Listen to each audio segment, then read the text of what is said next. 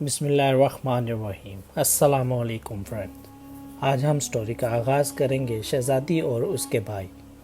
ایک دفعہ کا ذکر ہے، کسی ملک کے بادشاہ کے ہاں دو جڑواں بیٹوں کی ولادت ہوئی۔ دونوں جب کچھ بڑے ہوئے تو دونوں کو بہترین تعلیم و تربیت سے آراستہ کیا جانے لگا۔ بہت سے ماہرین اساتذہ ان پر خصوصی توجہ دیتے۔ یوں ہی وقت گزرتا رہا اور دونوں شہزادے 10 سال کے ہو گئے۔ دونوں بچے بے حد شرارتی تھے۔ کبھی کبھار تو سب سے چھپ کر اکیلے جنگل میں شکار کر نکل جاتے۔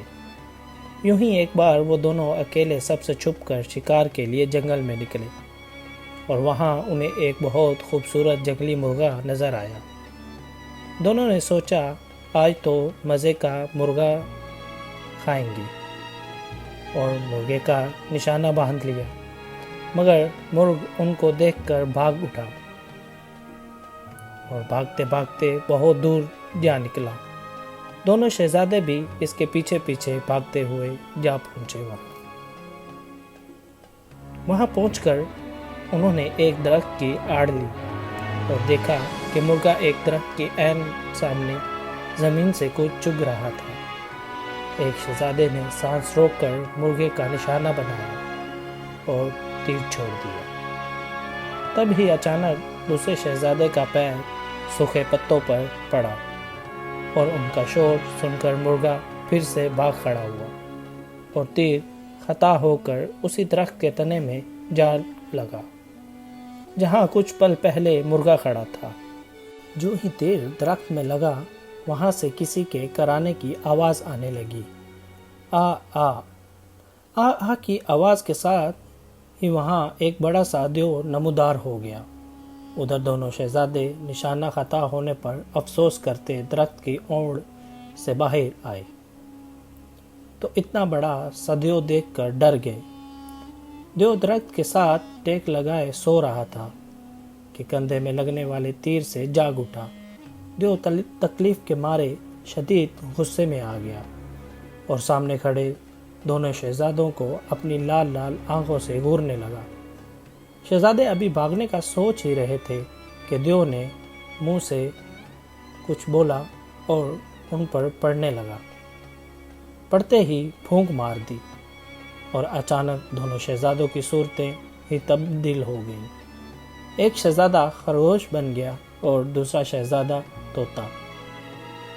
یہ کر کے خود دیو کندھے پہ لگے تیر کے علاج کے لیے کچھ تلاش کرنے لگا۔ جب بادشاہ کو شہزادوں کی گمشدگی کی خبر ہوئی تو وہ بہت پریشان ہوا اور شہزادوں کی تلاش میں سپاہی بھیجے، مگر شہزادے انہیں کہیں نہ ملے اور وہ ناکام واپس لوٹ آئے۔ بادشاہ اور ملکہ بیٹوں کے غم میں بہت دکھی رہنے لگے۔ یہاں تک 1 سال گزر گیا اور بادشاہ کے گھر ایک پیاری سی شہزادی نے جنم لیا۔ شہزادی بہت پیاری اور منمونی تھی۔ بادشاہ اور ملکہ شہزادی کی وجہ سے پھر سے زندگی کی طرف لوٹ آئے۔ شہزادی کے لیے بھی ماہر اساتذہ کا انتظام کیا گیا اور خوب تعلیم دلوائی گئی۔ شہزادی جب 10 برس کی ہوئی تو ایک بار اپنی سہیلی کے بھائی کو اس کے ساتھ کھیلتے دیکھ کر اداس ہو گئی اور ملکہ سے کہنے لگی کہ امی جان، میرا کوئی بھائی کیوں نہیں ہے؟ مجھے بھی اس کے ساتھ کھیلنا تھا۔ ملکہ یہ بات سن کر رونے لگی اور شہزادی کو بتایا کہ اس کے بھی 2 بھائی تھے جو اس کے پیدا ہونے سے پہلے ہی کہیں کھو گئے تھے۔ یہ سن کر شہزادی نے دل میں ٹھان لی کہ وہ اپنے بھائیوں کو ضرور تلاش کرے گی اور مزید دل لگا کر سب کچھ سیکھنے لگی، یہاں تک کہ 12 سال کے ہونے تک شہزادی بہترین تلوار باز اور تیر انداز بن چکی تھی۔ اس کے علاوہ گھوڑ سواری بھی سیکھ چکی تھی۔ ایک دن شہزادی نے رات کو چپکے سے استبل سے اپنا گھوڑا لیا اور جنگل کی طرف چل دی۔ شہزادی چونکہ بہت بہادر تھی سو بنا ڈرے اندھیرے جنگل میں چلی گئی۔ راستے میں جانوروں نے ڈرایا بھی مگر شہزادی نے ہمت نہ ہاری۔ یوں ہی چلتے چلتے دن چڑھ گیا اور شہزادی کو شدید پیاس لگ گئی۔ شہزادی نے ایک نہر کے کنارے گھوڑا روکا اور پانی پیا، ساتھ ہی وضو کر کے نماز پڑھی اور دعا کی بھائیوں کو یاد کر کے رونے لگی۔ روتے روتے کافی وقت بیت گیا اور سورج چڑھ آیا تھا، مگر شہزادی بس روتی ہی رہی۔ اچانک شہزادی نے دیکھا ایک پیارا سا خرگوش اس کے فراق کو کونا کھینچ رہا تھا۔ شہزادی نے خرگوش کو پیچھے ہٹایا، مگر تبھی ایک خوبصورت سا طوطا شہزادی کے کاندھے پر آ بیٹھا۔ شہزادی ان دونوں کی وجہ سے حیران پریشان ہو گئی اور انہیں دیکھنے لگی۔ شہزادی کے گالوں پر ابھی تک رونے کی وجہ سے آنسو کے نشان تھے۔ اچانک طوطے نے خرگوش کو چھیڑنا شروع کر دیا اور طوطا خرگوش کو چونچ مارتا اور خرگوش اس کو پکڑنے کے لیے اس کے پیچھے بھاگتا اور طوطا کچھ اوپر اڑ کر خرگوش کی پکڑ سے بھاگ نکلتا۔ شہزادی خرگوش اور طوطے کی یہ حرکتیں دیکھ دیکھ کر خوب ہنسی۔ جب شہزادی ہنس ہنس کر تھک گئی تو وہ دونوں پر شہزادی کے پاس آ گئے۔ خرگوش شہزادی کی فراق کے ساتھ کھیلنے لگا اور طوطا شہزادی کے کاندھے پر آ بیٹھا۔ شہزادی نے انہیں اپنے بیگ سے روٹی نکال کر دی اور وہ آتے ہوئے ساتھ لائی تھی۔ یوں وہ دونوں شہزادی کے دوست بن گئے۔ شہزادی خرگوش کے سر پر پیار سے ہاتھ پھیر رہی تھی کہ اچانک اسے وہاں کچھ چبھا۔ شہزادی نے غور کیا تو دیکھا وہاں ایک سنہری کیل ٹھونکا گیا تھا۔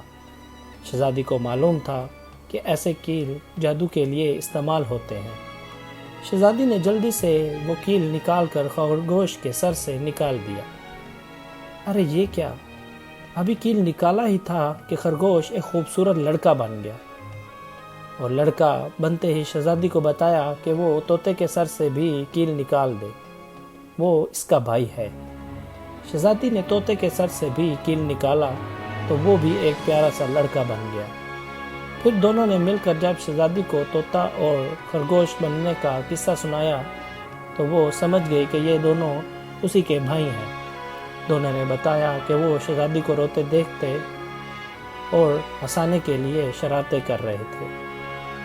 یہ سب سن کر شہزادی بہت خوش ہوئی اور جب ان کو بتایا کہ وہ ان کی بہن ہے اور انہیں ہی ڈھونڈنے یہاں آئی تھی تو وہ دونوں بہت خوش ہوئے، مگر ابھی وہ ٹھیک سے یہ خوشی منا ہی بھی نہیں پائے تھے کہ ایک بڑا سا دیو آ گیا۔ اے گستاخ لڑکی، تم نے میرا جادو ختم کر کے ان کو انسان بنا کر اچھا نہیں کیا۔ دیو نے غصے سے چنگھاڑے مارتے ہوئے کہا، دیو انکل، میں مانتی ہوں انہوں نے آپ کو تکلیف پہنچائی تھی، مگر وہ سب کچھ انجانے میں ہوا، پلیز ان کو معاف کر دیں۔